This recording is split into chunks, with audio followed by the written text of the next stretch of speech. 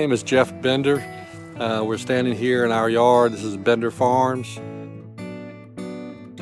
The farm was begun in 1946 by my father. He bought it. At the time, it was kind of a worn down cotton plantation, and he spent his entire life building the farm up, clearing land. And we have about 200 acres of cropland on this farm, and we lease an additional 200 acres from local landowners for our farming operation. We raise field crops, corn, soybeans, wheat, oats, barley. We produce livestock feed out of those commodities. We also grow about 40 acres of various types of produce. And last but not least, we are venturing into raising some specialty crops like open pollinated corns for the spirits industry. I started farming, I guess I was just that kind of a kid who never had any doubt about what I wanted to do. I'm the youngest of 5, and I just have always fascinated by growing things, seeing things grow. And I used to follow my father around and ride on the tractor all day with him when I was a kid. Going through school, just kind of planned to go farming. I went to NC State. I got a 4-year animal science agriculture degree. I toyed with the idea of working in the industry outside of the farm, but something just drew me back because I enjoy seeing things grow. I enjoy the satisfaction out of producing something that gives other people, either fulfills a need or gives them joy. I came back to farm when I graduated from state in 1980. I graduated in 85 and started farming that fall, and I've been farming ever since. Warren County, North Carolina was a huge agricultural county 50 years ago when tobacco was big, and a person who had 5 or 10 acres on a small farm could make a living, and so there were hundreds of them around, and they raised a really good quality crop here. Well, that's the kind of agriculture Warren County lends itself to. Trying to farm thousands of acres is just isn't practical. To be non-GMO means we're raising non-genetically modified crops, and that's what I started out growing. When I first came back to farm, there was no such thing as genetically modified crops.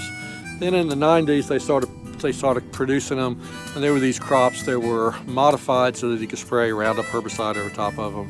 And Roundup was kind of a non-selective herbicide, and if it wouldn't kill the soybeans, it wouldn't kill the corn, it killed everything else. It made weed control pretty simple. As some of the pests and weeds in particular started building up resistance to Roundup, we found ourselves having to spend the same money for the old methods of controlling weeds, and then looking at having to spend a lot more money for the technology fees for these seeds. And really, it was kind of a eureka moment. It would be cheaper and more profitable to go back to non-GMO crops. Now, open pollinated corns yield probably only half to maybe 2/3 of what a hybrid corn yields, and cost almost as much to grow. So the profitability level is not there if you can't get a premium price for it. But if it's a price that somebody in another business can afford to pay because of what they get out of it, then it's a win-win all the way around. And I don't discount necessarily some of the concerns that have been raised by people who are opposed to genetically modified crops. I'm not a scientist, at least not enough of one, to be able to comment with any intelligently on it, I should say. But I don't discount it entirely. I think we have to be very careful when we start fiddling too much with Mother Nature. That's kind of the way I got into non-GMO. Now we're 100% non-GMO on all the crops we grow. So we're growing 5 different heirloom corns, open pollinated corns. And by open pollinated, meaning they're not hybrid. They are saved seed from year to year. We're raising Trucker's Favorite white corn, which is a fairly widely grown white corn. We're raising a small amount of Cox Prolific white, which is one that was kind of found a couple years ago. Somebody was still raising it. So many of the open pollinated corns from the earliest 20th century have been lost. Okay, the corn we're growing for Broad Branch, specifically as it stands today, we're growing a white corn, and we're growing one of the red corns. And really the difference is visually, it's just the color of the kernel. Nutritionally and so forth, there's no difference, but there are differences between varieties, like there are differences between different strawberry varieties or different peach varieties or apples.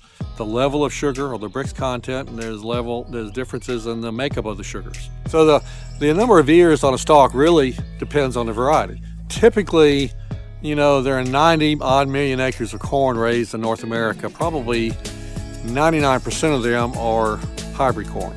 And most of that is going to be single cross, which is going to have 1 ear per stalk. But they plant them sometimes close together like this, so they have a lot of it. Open pollinators tend to be more prolific. Prolific meaning multiple ears. Typically you're talking about 2 ears. Sometimes you could get 3 on a stalk. Depends on the weather conditions, depends on growing conditions and so forth. The South is not ideal for corn production because of our heat. Corn would really does better in the low 80s. And as anybody who's watching this who lives in North Carolina knows, we have plenty of days in the low 90s and mid 90s and so forth. So things that work really well in Iowa, Illinois, whatever, don't necessarily apply to here. We're probably growing somewhere in the neighborhood of 20 acres that would be specifically for broad branch out of about 110 acres of corn we're growing. Well, a lot of my end of it depends on Mother Nature. And this is something, I know everybody knows that weather impacts agriculture. I don't think people necessarily really think about how much it impacts agriculture. Mother Nature, they can pat you on the back or he can throw you the middle finger from year to year. And you just have to roll with the punches.